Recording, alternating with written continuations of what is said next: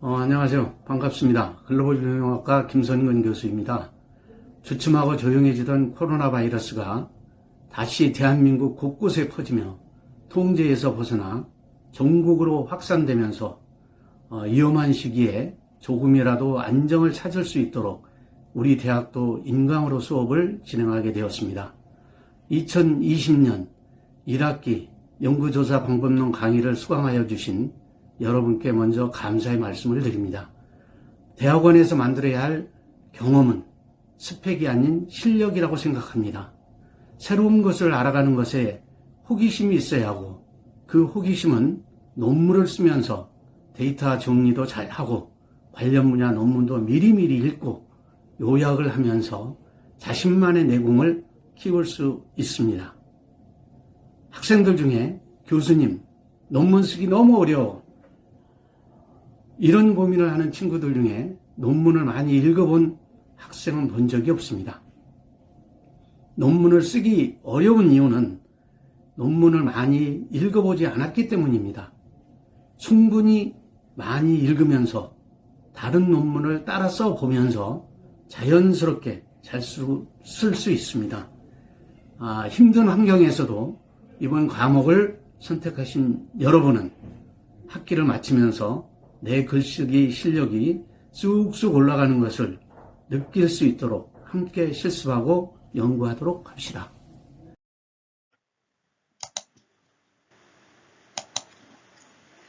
안녕하세요. 연구조사 방법론 강의를 맡게 된 김선근 교수입니다. 오늘 1주차 강의를 시작하도록 하겠습니다. 자, 그러면 연구조사 방법론 수업 목표에 대해서 말씀드리도록 하겠습니다. 이번 학습 목표는 연구 방법의 기본 개념과 이론 실습을 통해서 연구 방법 전반에 대해 이해와 논문 작성을 위한 연구 방법을 이해하고 학위 논문이나 저널 논문 작성에 어려움이 없도록 하는 것입니다. 그리고 기업 등 모든 분야에서 활용되어 있는 회귀 분석을 할 것입니다. 회귀 분석은 논문을 쓰는 학생이라면 누구나 회귀 분석은 자유자재로 활용할 수 있도록 연습을 해야 됩니다.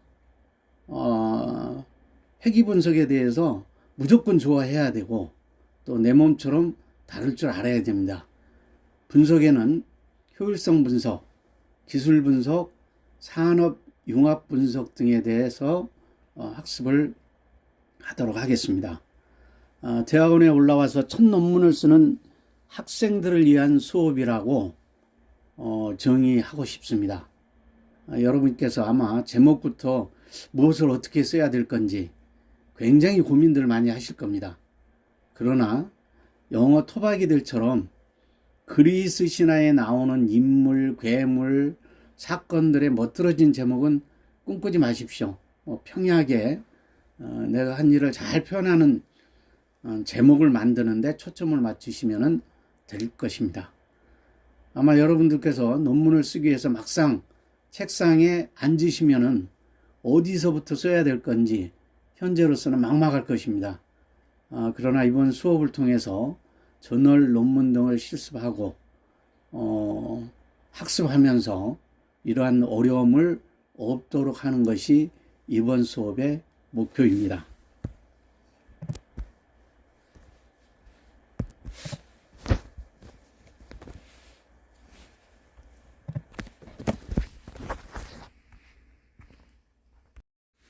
이어서 강의 내용을 말씀드리겠습니다. 연구조사 방법론은 사회과학 논문 연구에서 사용되는 기초적인 연구 방법을 이해하고 해석하는 데 중점을 둔 그런 과목입니다. 논문의 개요, 특성에 대한 지식을 함양하고 사회과학 논문이란 무엇인지를 배우고 스스로 연구를 설계하는 능력을 배양하게 될 것입니다. 그래서 본 과목을 수강한 학생은 측정의 신뢰성 및 타당성 개념을 중점적으로 공부를 하고 기본적인 그 통계 분석, 기법인 그 회귀 분석, 그리고 신뢰성 검증 방법을 통해서 직접 분석을 수행하게 될 것입니다.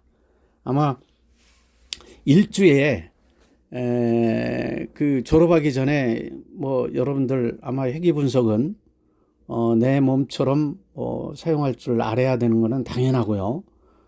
다음에 효율성 분석, 사회 연결망 분석 3개 정도만 학습을 해도 아마 논문을 쓰는 데는 문제가 없을 것입니다.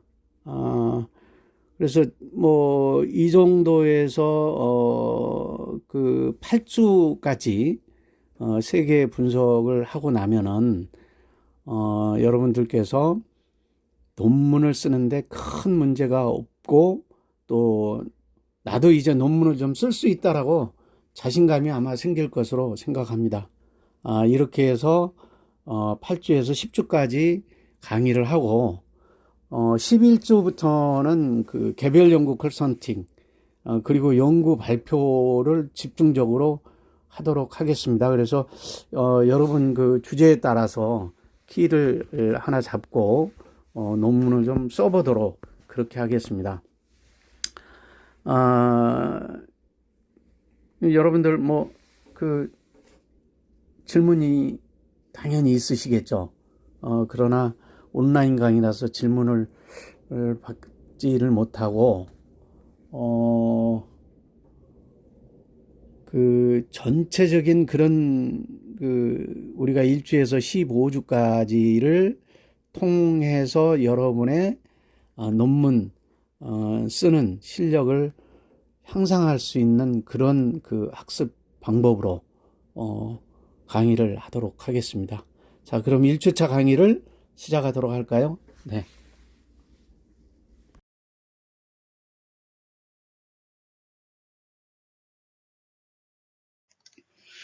논문의 그 작성 과정은 주제 결정이 있고요. 그리고 자료조사 및 정리, 논문의 구성, 이 크게 세 틀로 이루어져 있습니다. 논문을 작성하는 준비 과정으로는 먼저 주제 결정이 있고요. 자료조사 및 정리가 있습니다. 그런데 아마 연구 결과는 조사 결과에 따라서 달라진다 이런 얘기가 있습니다. 쓰레기가 들어가면은 쓰레기가 나온다. 가비지 인, 가비지 아웃.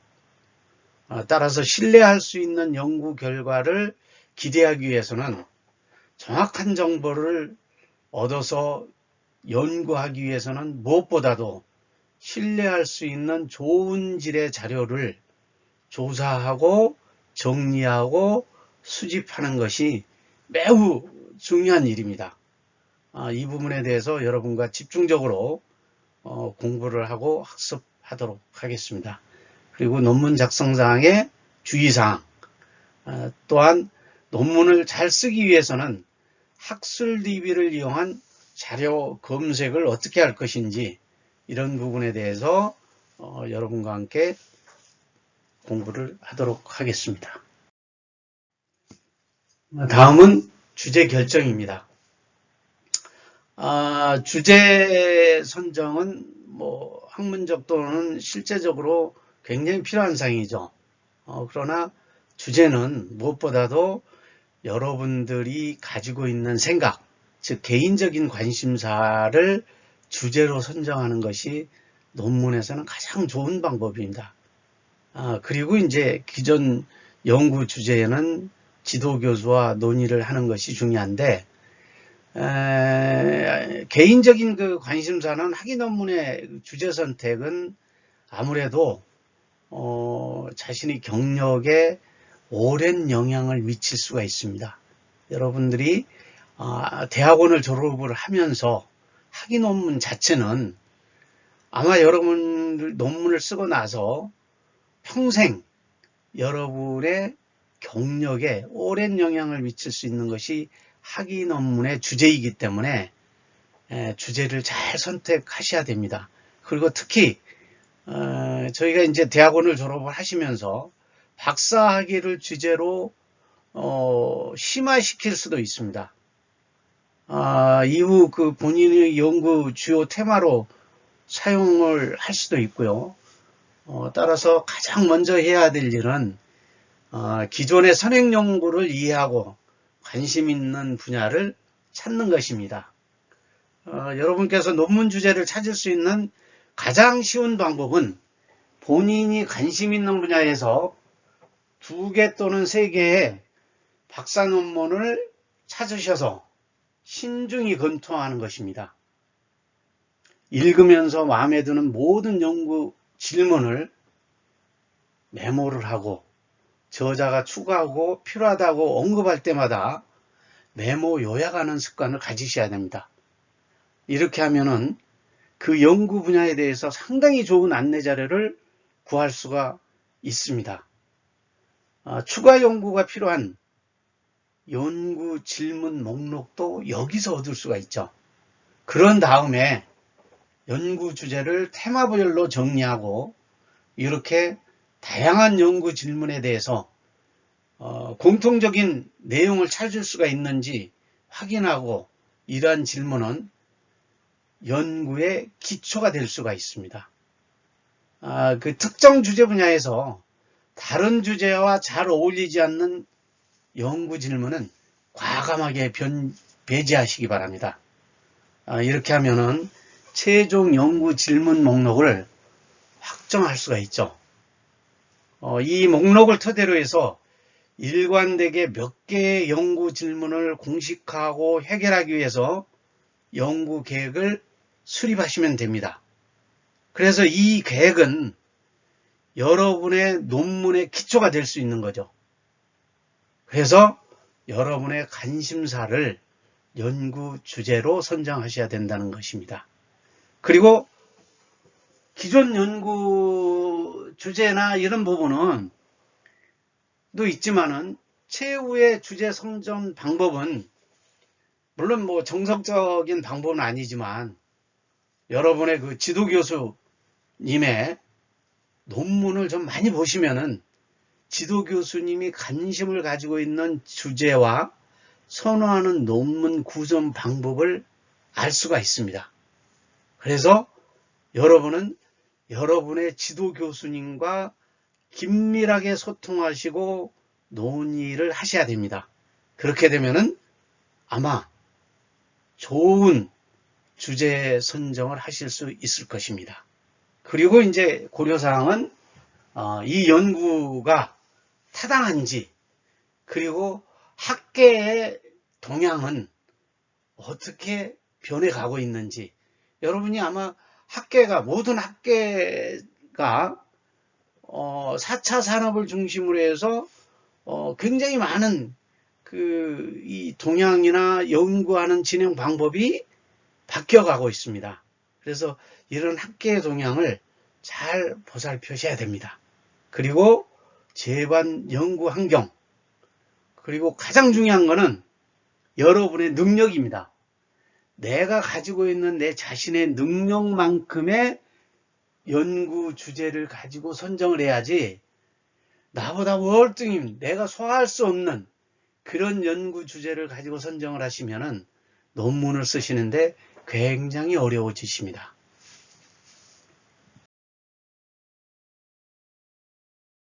다음은 논문 주제 결정입니다. 논문 주제는 학위 논문과 보고서의 내용이 좀 다르죠.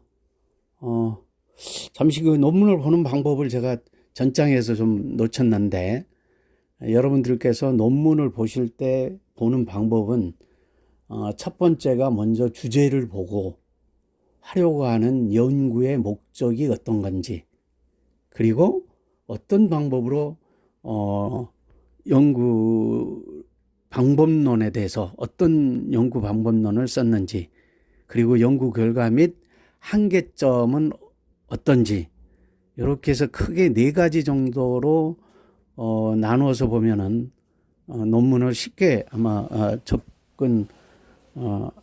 접할 수 있을 것 같습니다.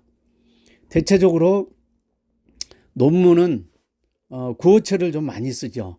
그래서 논문이라고 하면은 논리적 해명이나 이론에 대한 고찰, 비평을 틀에 맞춰서 분석해서 쓰는 것입니다. 물론 뭐 형식을 갖추면은 논문을 읽는 사람들이 이해하기가 굉장히 쉽죠. 이야기하는 것도 뭐 아니고 일기를 쓰는 것도 아니고, 그래서 논문은 그런 일기를 쓰는 것이나 이야기하는 것이 아니기 때문에 형식을 갖춰서 그 형식 틀에 맞추어서 쓰면 되는 겁니다. 그러나 보고서는 대체적으로 문어체를 많이 쓰고 있죠. 논문과 똑같은 의도는 있습니다만은 체계적인 측면에서 논리가 다소 좀 떨어지고, 얻어진 사실이나 결과를 정리해서 보고를 하는 게 보고서입니다. 그래서 따라서 보고서는 어떤 틀이나 이런 부분에 대해서 엄격하지가 않습니다.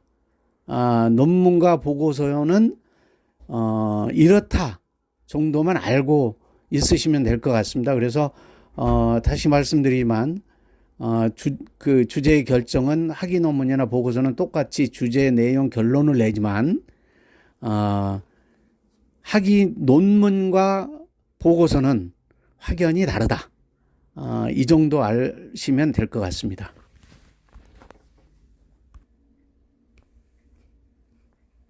다음은 자료 조사 및 정리입니다. 참고문헌 조사를 필요하실 때는 연구 주제에 독창성이 있는지 여부를 꼭 확인하시기 바랍니다. 그리고 새로운 아이디어를 창출해야 됩니다. 또한 연구 결과에 객관적인 분석이 필요하죠. 그래서 아마 참고문헌 조사를 하는 방법은 관련 주제에 대한 전반적이고 개략적인 서베이를 좀 하셔야 됩니다. 그래서 연구 거리를 결정을 하시고요. 직접적으로 연관이 있는 참고문헌을 자세히 좀 조사를 하셔서 새로운 방법과 개발과 기존의 연구 결과 등을 종합하시는 것이 가장 바람직하다, 이렇게 정리할 수가 있습니다. 그리고 이제 그 자료 정리는 기존의 연구 방법 그리고 결과 등을 필히 요약하시는 습관을 꼭 가지셔야 됩니다. 또한 자료를 정리하시다 보면 간혹 참고문헌의 출처를 명시를 하지 않고 그냥 자료 정리를 하다 보면은 실제 논문을 쓰실 때는 이 참고문헌 출처를 찾느라고 많은 시간을 허비하는 경우가 있습니다. 또 이런 분들을 논문 심사를 하다 보면은 참고문헌 출처 명시를 하지 않아서 상당히 난해한 그런 그 논문을 쓰신 학생들을 종종 봤습니다. 그래서 자료 정리를 하실 때는 참고문헌의 출처를 꼭 명시하는 습관을 가지시기 바랍니다. 그리고 개요 준비를 하실 때는 전체적인 그 논문의 윤곽 그리고 시안 작성을 좀 하시고요. 하시기 전에 차례 구성을 상위 개념부터 하위 개념을 규정적으로 좀 배치를 하셔서 페이퍼상으로 차례 구성을 나름 한번 쭉 정리를 해 보시고, 그 정리가 되고 나서 최종 개요 준비를 하시는 게 바람직하다라고 하실 수가 있습니다. 다음은 논문 작성상의 주의사항을 학습하도록 하겠습니다. 여러분, 그 논문은 내용, 구성, 형식, 이렇게 세 가지 측면에서 생각하시면 될 것 같습니다. 그래서 세 가지 측면의 내용을 고민하시면 됩니다. 뭐 특히나 그 형식에 대해서는 여러분께서 논문을 쓰시면서 고민을 하실 필요가 없습니다. 왜냐하면은 모든 논문은 이미 형식을 고정화하여 툴을 만들어 놨습니다. 따라서 그 툴에 의해서 툴에 따라서 논문을 쓰시면 됩니다. 그래서 논문은 창의성, 사고의 연속성, 표현의 문제, 이렇게 좀 구분을 할 수가 있고요. 특히 간결한 표현이 매우 중요하죠. 그리고 객관적이며 구체적인 표현을 하셔야 됩니다. 그리고 논리적인 표현. 이 부분에서 굉장히 저는 중요하다라고 생각합니다. 문장을 논리적으로 잘 표현을 해야 되는데 굉장히 어렵죠. 그리고 또, 이 논리적으로 표현도 해야 되지만 지식이 이 문장에 다 집약이 되어야 합니다. 그러려면 어떻게 하죠? 문장력이 있어야 합니다. 문장력이 매우 필요하죠. 그런데 문장력은 하루아침에 성장할 수 있는 그런 부분이 아니죠. 그래서 여러분께서는 이번 학기 논문을 쓰기 전까지 다른 사람의 논문을 좀 많이 읽어보시면 됩니다. 제 경험에는 좋은 글을 많이 읽고 그리고 좋은 논문을 많이 읽고 보면서 모방을 해보는 것이죠. 흉내를 한번 내보는 거죠. 흉내를 막 내보면은 다른 사람의 좋은 글들이 어느새 내가 습득되어 있습니다. 그걸 아시게 될 겁니다. 따라서 여러분께서는 많은 논문을 읽어보시는 게 가장 중요하다. 논리적으로 좋은 올바른 언어를 사용하고 표현을 하기 위해서는 좋은 논문을 많이 읽고 모방해라. 따라서 아마 여러분께서 많이 읽고 논문을 작성해 오시면은 제가 또 많이 커트를 할 수도 있어요. 왜냐하면 여러분이 쓰시는 용어하고 논문을 지도하는 입장에서 보는 용어나 이런 부분이 많이 좀 다를 수가 있습니다. 그래서 일단은 여러분께서는 오늘 다음 시간부터라도 좋은 논문들을 좀 많이 읽어보시는 것이 매우 중요하다. 이렇게 결론을 내도록 하겠습니다.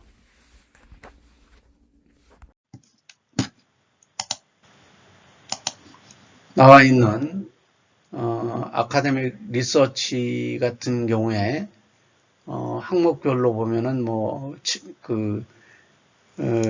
국가별로 중국과학 아카데미랄지 예를 들어서 러시아 과학 아카데미, 하버드 대학교, 도쿄 대학교, 중국의 청와대학교, 미시간, 캘리포니아 대학교, 버클리 등 이런 대학에서 연구 발표를 했던 그런 내용들이 이 학술지 내용이 이 사이트에 들어가시면은 확인을 할 수가 있고 모든 주제, 저자, 저널 등도 검색을 하시면은 전체를 다 확인할 수 있는 그런 사이트입니다. 그래서 여러분들께서 들어가서 자주 보시면 될 것 같습니다.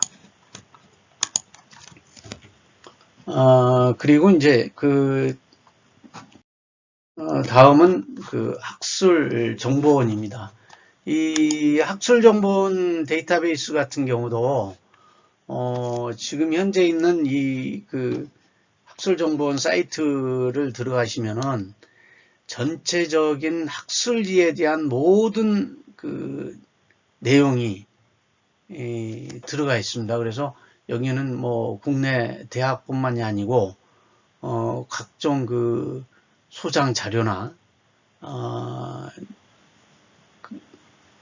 전자 자료 등을 검색을 할 수가 있고요. 특히 여기에서는 연세대학교의 학위 논문이나 전자 저널 이런 부분들을 확인해서 볼 수가 있습니다. 그래서 여러분들께서 쓰고자 하는 논문 관심 분야를 이런 학술 정보지에서 적극적으로 검색하고 활용하신다라면은 좋은 논문을 쓸 수가 있습니다.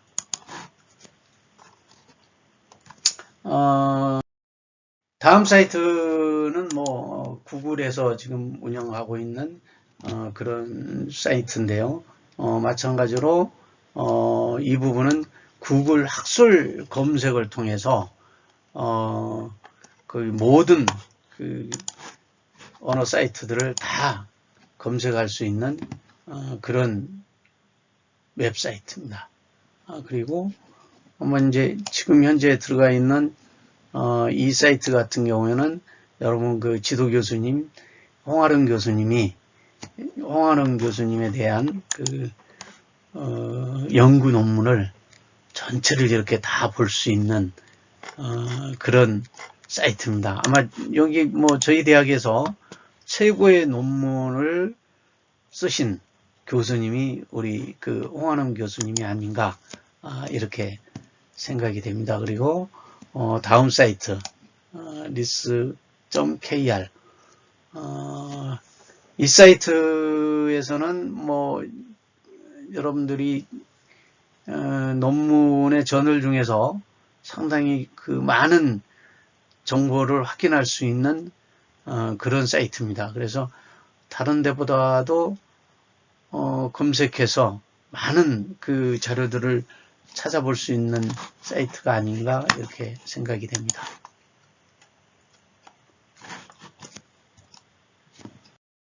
하나 더 추구한다라면은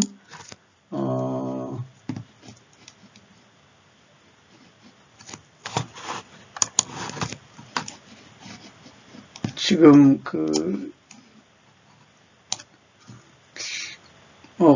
여러분께서 연구 결과를 이렇게 이 사이트는 아마 무료로 회원가입을 할 수 있는 그런 사이트인데요. 여기서 들어가셔서 보시면은 각 회원들만의 전체 논문을 쓰고 있는 그런 사항을 확인할 수 있는 그런 사이트. 그래서 이렇게 확인해서 볼 수가 있습니다. 다음은 논문의 구성입니다. 연구 논문은 주제나 내용면에서 그 학술적 높은 가치를 추구하고 있고요. 형식적인 제약과 연구 분석 틀 속에서 체계적으로 구성되어 있습니다. 쿠퍼는 연구 주제와 관련된 선행 연구를 먼저 연구하라고 하였습니다. 이 부분은 논문을 직접 보면서 이야기하는 것이 더 실감이 날 텐데 다음 시간에 논문을 보면서 설명을 드리는 것이 좋을 것 같습니다. 그래서 논문의 형식은 서론, 이론, 탐구, 현재 이론적 경향 등등 이런 부분을 좀 보셔야 되고 최신 연구를 보고 나서 한 발짝 더 나가서 연구 주제를 제목을 정하셔야 됩니다. 내가 연구하려고 하는 주제가 제목이 현재 어디까지 왔는지 그리고 어떻게 진행되고 있는지는 선행 연구를 해봐야만이 알 수가 있습니다. 그래서 각종 웹사이트에 들어가면은 글로벌하게 전체 이렇게 글로벌하게 좀 탐색을 하시다 보면은 내 생각의 방향을 잡을 수가 있습니다. 따라서 내가 연구하고자 하는 연구에 대해서 다른 차원으로 접근을 할 수가 있습니다. 그래서 선행 연구는 내가 연구하려는 주제에 대해서 어떤 차원에서 접근해 있는지를 알아야 합니다. 그래야 내가 현재 내가 어떤 이치인지 이미 진행됐다면 나만의 만족이지 독자의 만족은 아니거든요. 그리고 새로운 방안을 제시할 수가 없죠. 따라서 연구 과제에 대해서 새로운 방안을 제시하셔야만 합니다. 그래야만이 제목이 나오죠. 그리고 그 후에 저자의 소속, 요약, 키워드, 서론, 관련 연구에 대한 부분, 제안하는 내용, 실험 결과가 있어야겠죠. 실험 결과, 결론, 참고문헌. 요렇게 모든 논문은 이런 틀 하에 구성이 되어 있습니다. 따라서 여러분은 이 툴 내에 각각의 새로운 방안을 제시하여 주시면 논문이 완성되겠습니다. 논문의 구성에서 타이틀, 이 타이틀을 어떻게 할 거냐. 이 부분은 논문의 첫 장을 보면은 상당히 여러분들께서 첫 장을 보면은 그 논문의 성격을 바로 알 수가 있습니다. 대체적으로 논문의 첫 장에 예를 들어서 사회적 기업의 기술 혁신이 경제적 성과와 사회적 성과에 미치는 영향 뭐 등등 이런 형식을 보실 거예요. 거의 보편적으로 사용하고 있는 그런 제목의 타이틀들이죠. 그런데 심리학을 연구한 결과 사람의 첫인상은 3초 만에 결정이 된다고 합니다. 마찬가지로 논문의 첫인상은 이 첫 페이지가 해당하는 첫 장이 논문의 첫 인상을 결정합니다. 그래서 타이틀이 굉장히 중요하다.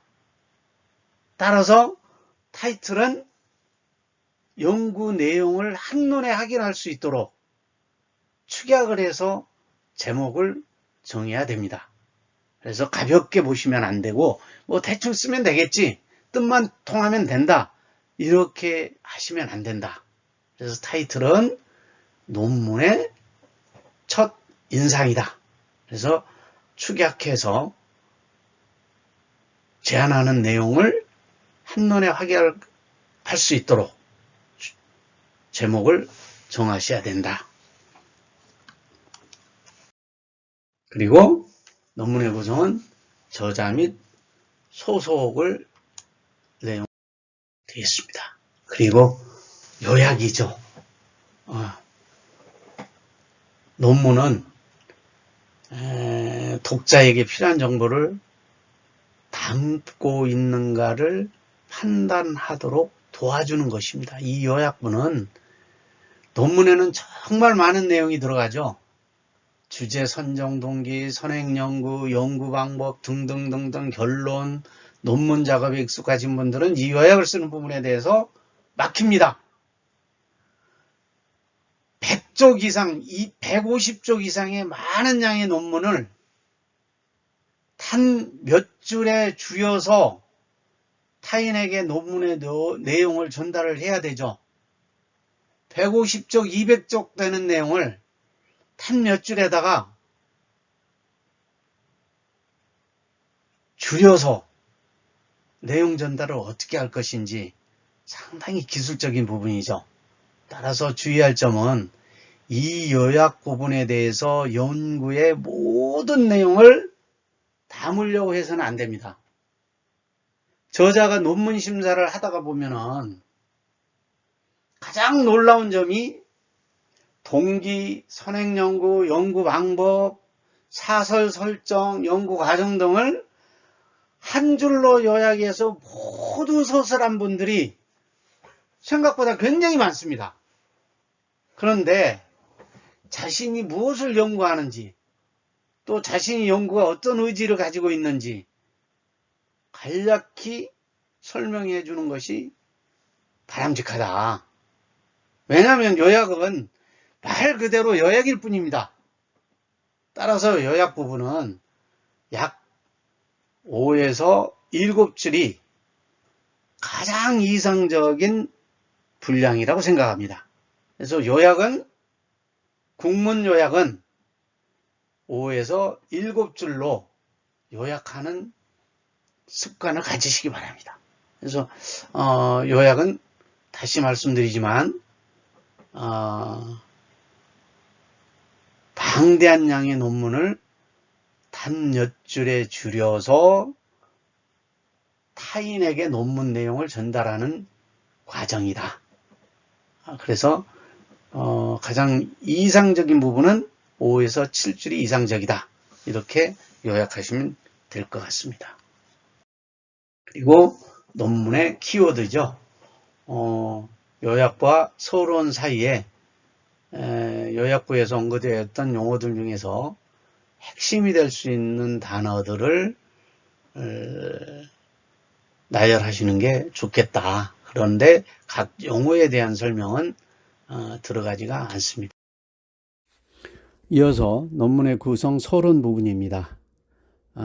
서론은 독자에게 본 논문을 읽을지 말지를 결정하도록 도와주는 부분입니다. 서론에서는 이 논문을 연구를 왜 하는지를 일목요연하게 보여주는 것이죠. 그래서 연구의 배경을 명확하게 제시하는 도입부로 사용하는 거죠. 연구의 중요성을 읽는 즉시 이해하지 못할 수도 있어요. 이 부분은 여러분이 기억을 하셔야 됩니다. 그래서 일반적인 용어와 신중히 선택된 논리를 사용해야 됩니다. 그래서 독자가 연구의 주요 문제나 목적을 이해할 수 있도록 해 주셔야 됩니다.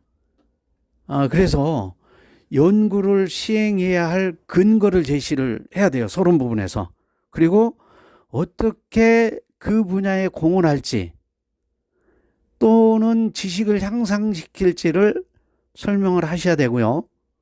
앞으로 다뤄질 문제를 정확하게 밝히셔야 돼요. 뭐를 어떤 방법으로 어떻게 문제를 밝힐 건지, 그리고 이론적인 배경을 설명을 해 주셔야 돼요. 그래서 이론적인 주장을 뒷받침하는 연구를 인용을 하기도 하고요. 이해시키기 위해서 해결하고는 연구 목표인 주제에 대한 배경을 제시를 하시면 됩니다. 그리고 이게 이제 다루는 연구의 이전에 출판된 출판물에 대해서 모두 검토를 하시는 게 필요하다. 그래서 연구에서 가장 구체적인 부분이다. 서론 부분이. 그래서 잘된 연구인지를 판단하는 주요 기준은 재현 가능성이 있습니다. 즉 다른 연구자가 여러분이 쓰신 연구 방법에 따라서 연구를 하였을 경우에 또 다른 사람도 동일한 결과를 이끌어낼 수 있어야 됩니다. 이런 부분이 서론에 다 표현을 해야 되는 것이죠. 그래서 한눈에 이해할 수 있도록 표기를 하는 것이 매우 중요하다. 그래서 논문에서는 공통적인 형식에 해당하는 생각보다 많은 사람이 서론 작업에 고민을 많이 합니다. 논문은 물론 툴에 의해서 그 툴에 녹아 들어가면 되지만 서론 작업에서 많은 고민을 하죠. 왜 이 연구를 하게 됐는지, 중요성을 갖는지, 그리고 정확하게 무엇을 알고 싶은지에 대한 논지를 끌고 가야 됩니다.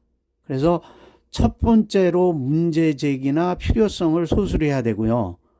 왜 이 연구를 하게 됐는지, 다시 말씀드리자면 왜 이 연구를 하게 됐는지, 그리고 이 연구에서는 어떤 문제가 있는지, 왜 이 연구를 해야 하는지를 서술해 주면 되는 겁니다. 이게 서론입니다. 그리고 실험이 있는데 10년 전의 논문보다는 근자의 한 5년 전부터는 실험 부분이 차지하는 전체 분량이 굉장히 증가하는 추세입니다. 따라서 특히 그 공학 쪽의 논문에서는 실험한 부분에 대한 분량이 굉장히 증가하고 있고요. 기타 등등 모든 논문에서도 자료조사나 설문조사 등등 항목 등이 디테일하게 그 나열되면서 증가하고 있는 그런,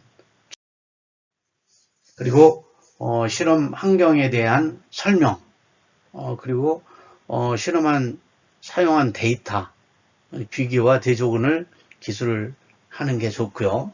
결과에서는 단순한 수치 나열이 아니고 결과에 대한 분석이 꼭 포함되어야 합니다. 제가 논문 심사를 이렇게 하다 보면은 모든 실험을 해놓고 단순히 수치 나열에 끝나본 분들이 많아요.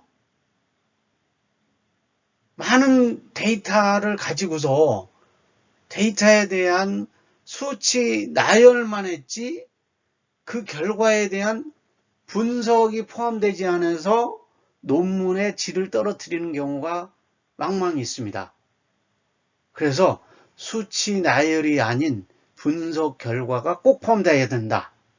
그리고 또한 다른 논문들과 차이점을 분명하게 언급할 수 있어야 됩니다. 그래야만이 논문의 생명이 살아있다. 이렇게 볼 수 있습니다.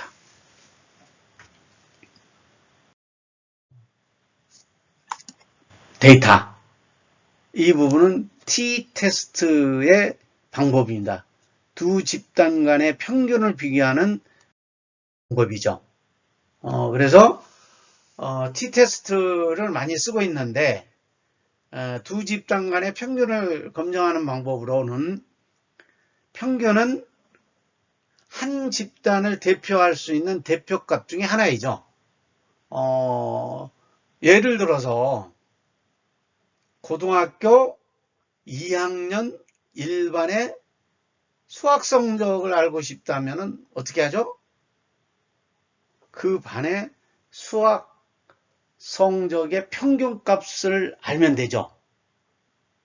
2학년 1반의 평균값이 얼마인지, 아니면은 그 비교를 위해서 1반이 아닌 3반 또는 5반의 평균 비교를 하면 되는 거죠.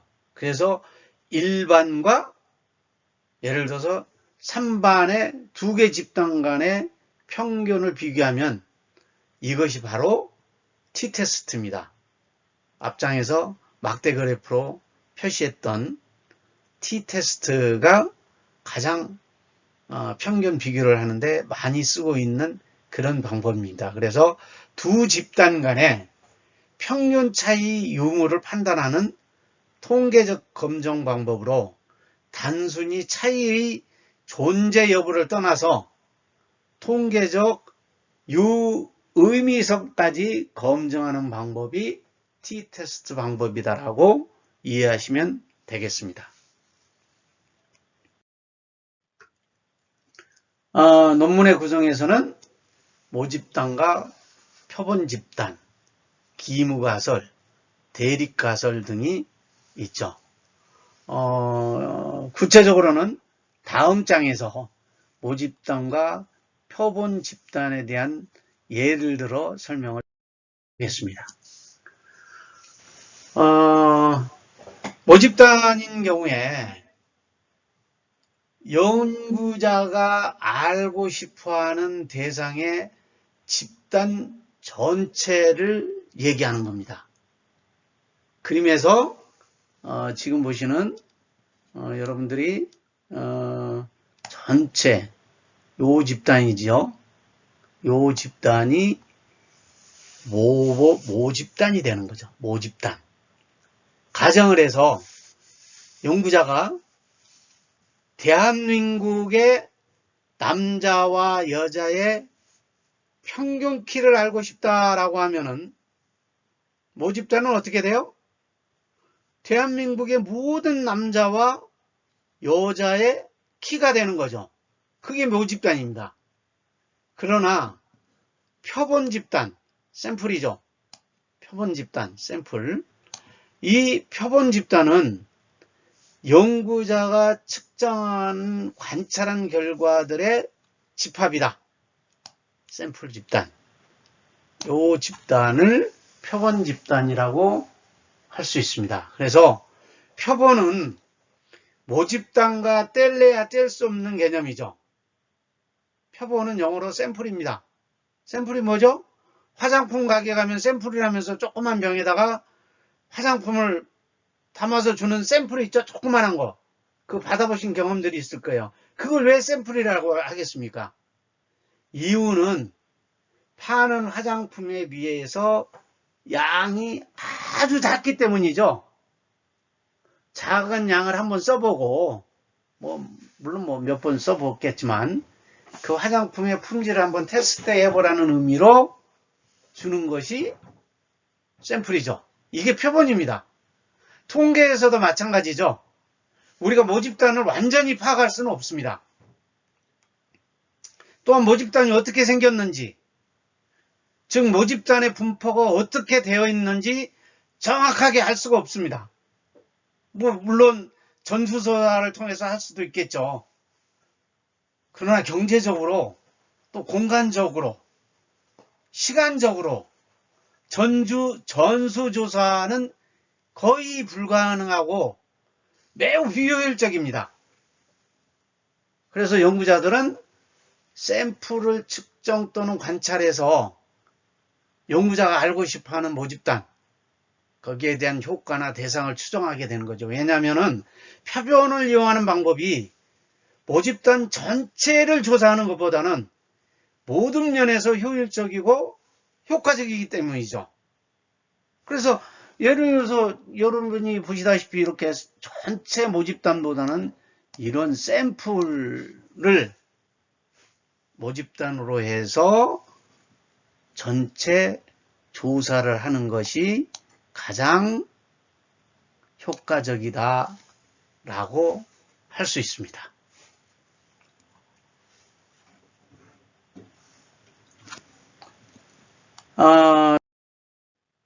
기무가설, 대립가설이 있는데요. 일반적으로 기무가설을 영가설이라고도 부르기도 합니다. 영가설. 정의라면은 모집단의 특성에 대해서 옳다고 제안하는 잠정적인 주장이라고 나옵니다.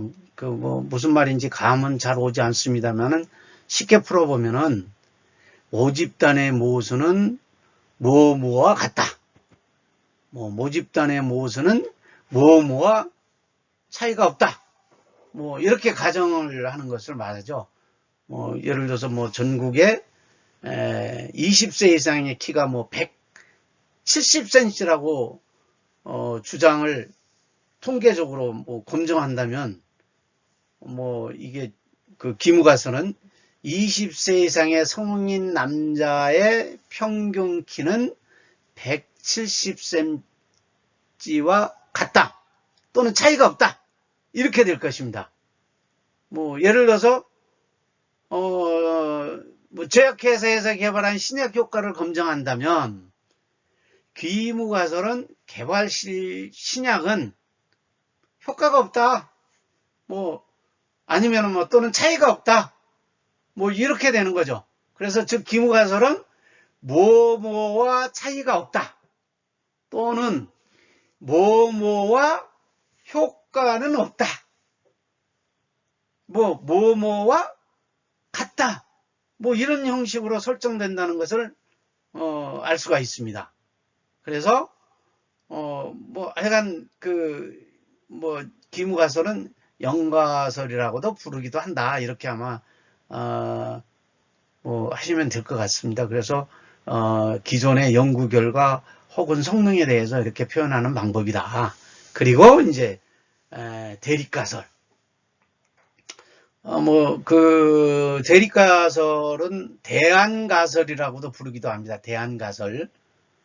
기무가설이 거짓이라면 대안적으로 참이 되는 가설이다. 이렇게 합니다. 쉽게 말하면 기무가설이 틀렸다고 판단했을 때, 아니면 기각되었을 때, 대안적으로 선택하면은 채택되는 이렇게 가설을 말하는 거죠. 그래서 앞서서 기무가설을 설명할 때 예를 든다면 다시 설명드리면 대립가설은 모집단의 모습은 뭐뭐와 다르다 또는 모집단의 모습은 뭐뭐와 차이가 있다라고 가정을 한 것을 말하는데, 가정을 해서 이제 만약 전국 20세 이상 평균 키가 170cm라고 주장하는 게 대한 170cm에 대한 그 대립가설은 20세 이상의 남자의 평균 키는 170cm와 다르다.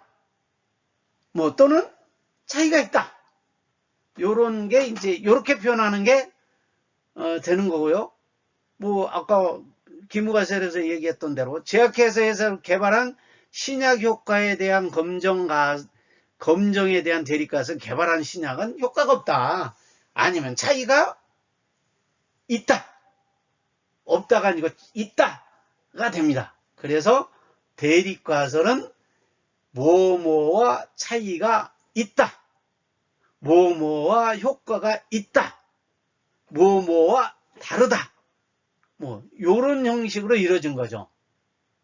그렇게 해서 이렇게 두 가지 가설을 세웠다면은 우리가 수집한 표본 데이터를 바탕으로 해서 기무가설은 옳은지 채택을 할 거냐, 억셉트 할 거냐, 아니면 옳다고 볼 수 있는지, 아니면 리젝을 할 건지, 기각을 할 건지 판단해야 됩니다. 그래서 이를 기무가설의 유의성 검정이라고도 합니다. 그래서 우리가 표본을 추출하고 그 표본으로부터 얻은 정보를 기초로 해서 기무가설이 참인지 거신지를 판정을 하게 되는 거죠. 따라서 항상 오류의 가능성이 존재합니다. 그래서 표본 추출할 때는 매번 통계치가 달라지기 때문이죠. 네. 따라서 연구자는 기무가설이 참인지 아니면 거짓인지를 검증하기 위한 수집한 표본을 바탕으로 해서 기무가설이 참이라고 가정을 했을 때 표본으로부터 얻어지는 통계치죠. 그 표본 평균이 나타날 때 확률을 계산합니다. 이때 계산된 확률을 P값이라고 하는 거죠. P값. 네. 그래서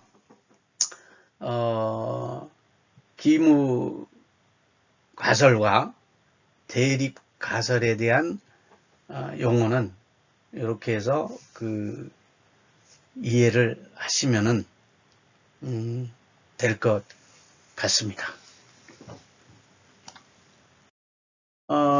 특히 논문에서 보면은 유의 수준 이런 게 나옵니다.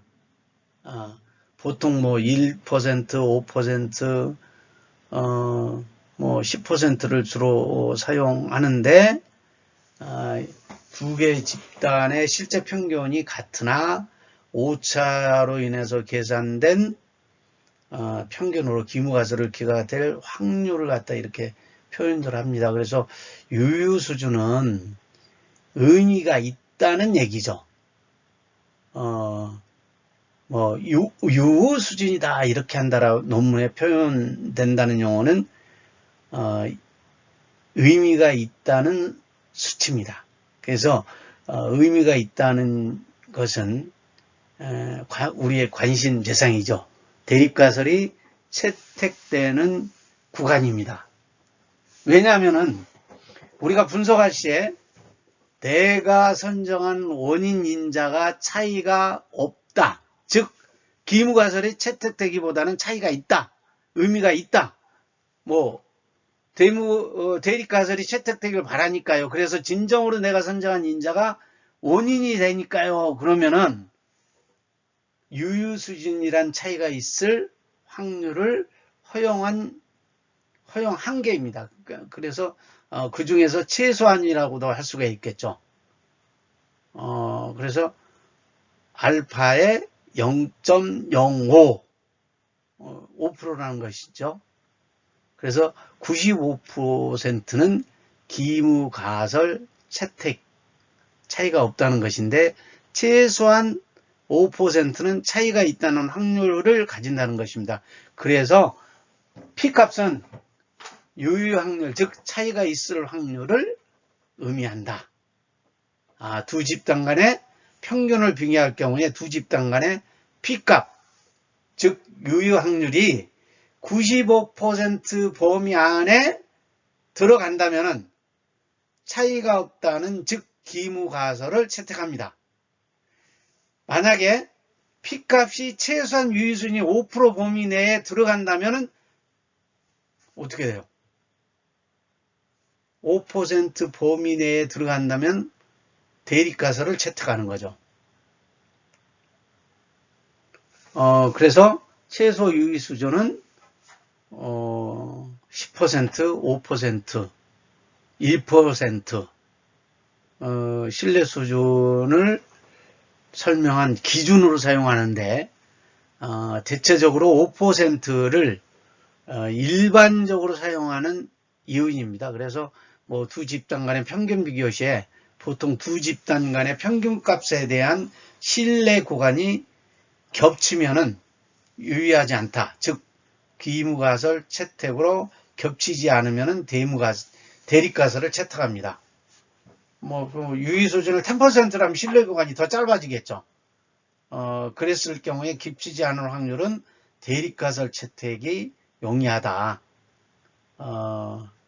이렇게 보시면 될 것 같습니다. 그래서 5%를 뭐 디폴트 값으로 많이 사용하고 있습니다. 그래서 기무가설 채택이 용이한데 1%는 신뢰 구간이 겹쳐서 뭐 겹칠 확률이 많아지죠. 그래서 기무가설 채택이 용이하고 5%는 둘 중에 중간 정도이기 때문에 그래서 5%를 디폴트 값으로 많이 사용한다.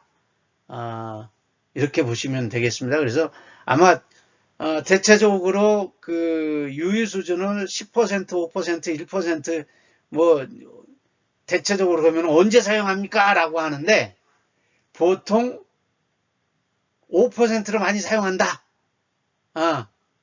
이렇게 보시면 됩니다. 그래서 두 집단 간의 평균을 비교할 경우에 아주 작은 차이, 큰 차이를 보일 때는 내가 이 차이를 있다고 판단해서 분석한 결과를 얻으면은 1%, P값이 0.01보다 작은 값이 나올 경우에 1%를 선택을 합니다.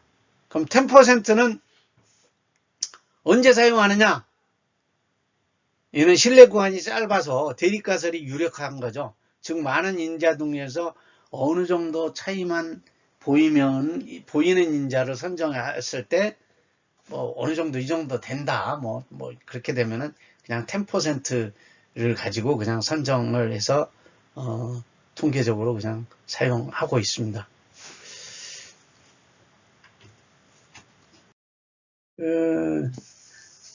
원샘플 T 테스트죠. 1표본 T 검정인데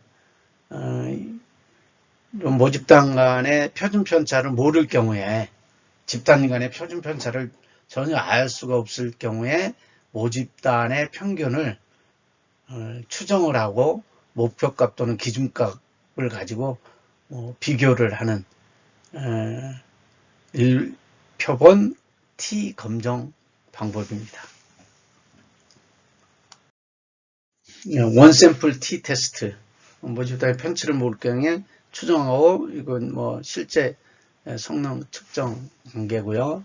투 샘플, 가장 일반적인 경우로 독립된 두 집단의 평균을 검정하는 그런 방법입니다. 그래서 두 집단 간에는 독립적이어야 됩니다.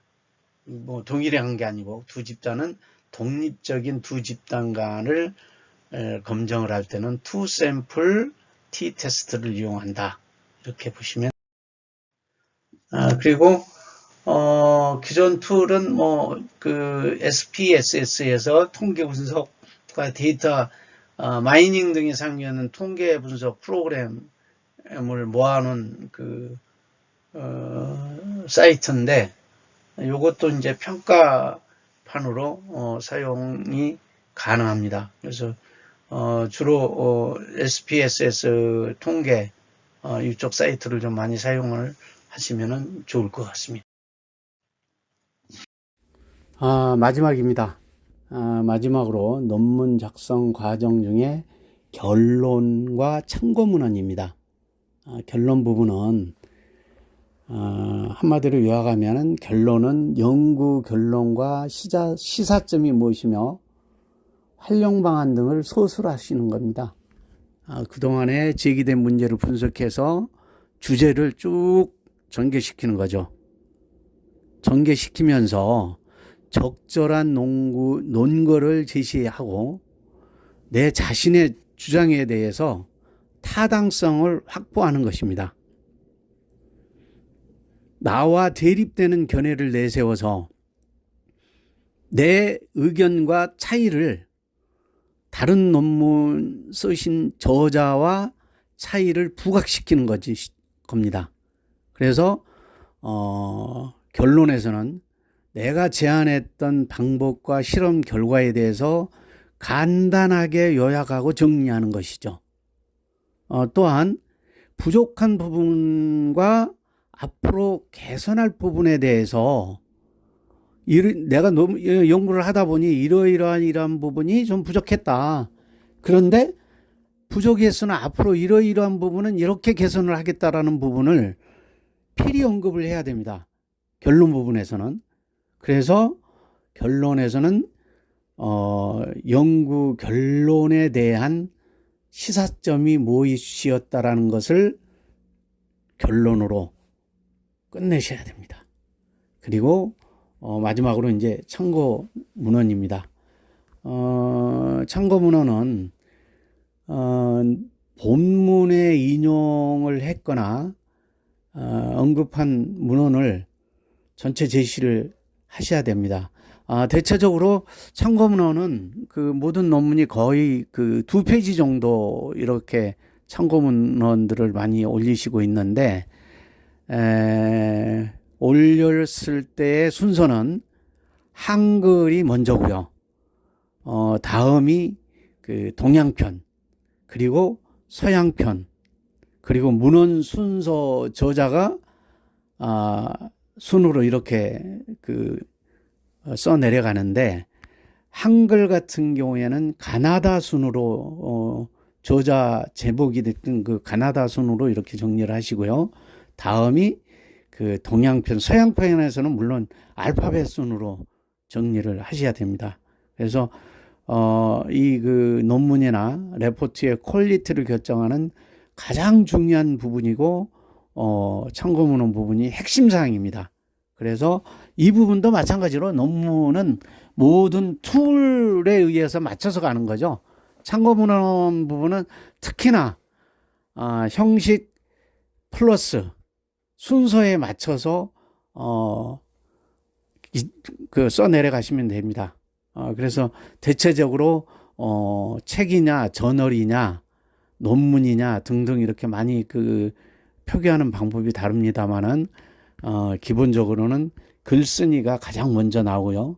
책 이름, 그리고 출판사, 어느 출판사에 몇 년도에서 나왔는지, 그리고 인용한 쪽수는 어디였는지, 예를 들어서 글쓴이는 김철수였다. 책 이름은 사랑과 전쟁. 출판사는 땡땡 출판사 2020년 판이다. 그리고 인용한 쪽수는 P30에서 P50이다. 이런 식으로 표현을 하시면 됩니다. 그래서 물론 이제 다시 정리드리면 글쓴이 콤마, 책 이름 콤마, 출판사 콤마, 인용한 쪽수 콤마 이렇게 표기를 하고, 이 표기의 방법에 대해서는 여러 방법들이 있습니다. 그래서 저널에 나오는 부분 등등등등 이렇게 하고 있고요. 특히 이제 저자가 6명 이상일 경우에는 누구누구의 육명 이렇게 표기합니다. 그럼 뭐죠?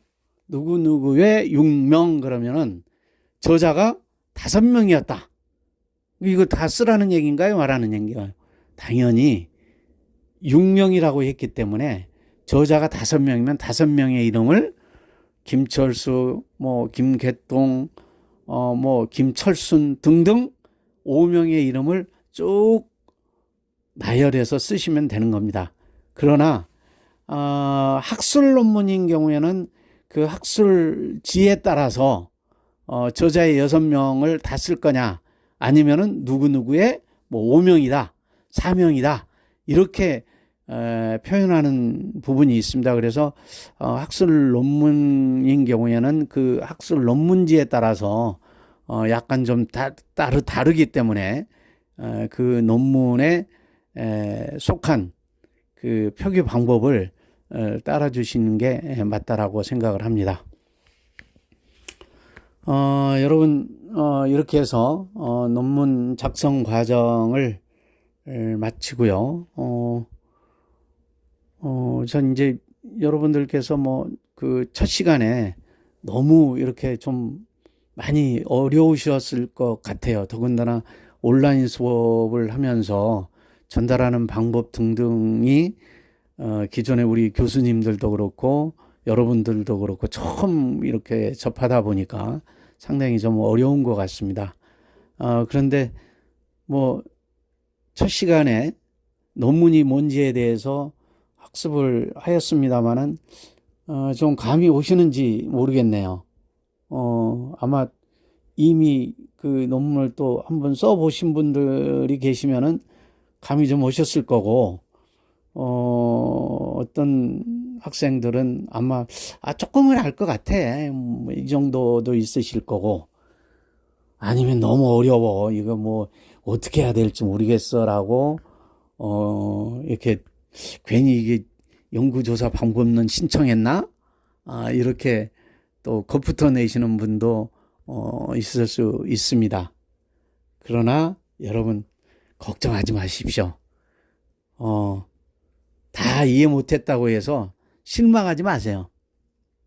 아마도 이게 논문 작성 과정이나 논문에 대한 부분, 분석 기법 이런 부분들은 최소한 한 3번 정도 이렇게 좀 들어보고, 그리고 또 그동안에 좋은 논문들을 저도 여러분들한테 계속 제공을 하겠지만 논문에 대해서 계속 읽고 쓰고 반복하다 보면은 이게 저도 모르게 학습 결과에 의해서 숙지가 가능합니다. 가장 중요한 거는 논문에 대해서는 제가 생각할 때는 교수가 아무리 떠들어도 되지 않습니다. 이건 교수가 아무리 좋은 강의로 기법으로 한다라고 해가지고 여러분들이 좋은 논문을 쓴다. 절대 아니라고 생각합니다. 방법은 본인이 직접 써봐야 돼요.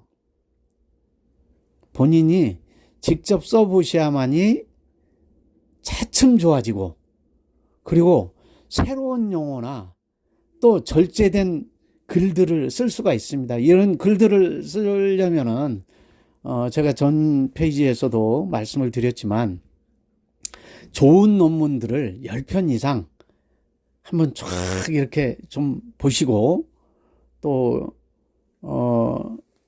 검색도 해서 내가 쓰고자 하는 그 논문의 방향에 대해서 보시고 읽어보고 더 하신다라면은 그것이 곧 내 실력이 되고 또 어느새 숙지가 돼서 저도 또 그렇게 써집니다. 그래서 여러분이 지금부터 많은 논문을 써보고 읽어보고 복습해보는 것이 가장 중요하다고 생각을 합니다. 여러분 오늘 첫 시간 고생 너무 많으셨습니다. 다음 2주 2강에서 뵙도록 하겠습니다. 네, 감사합니다.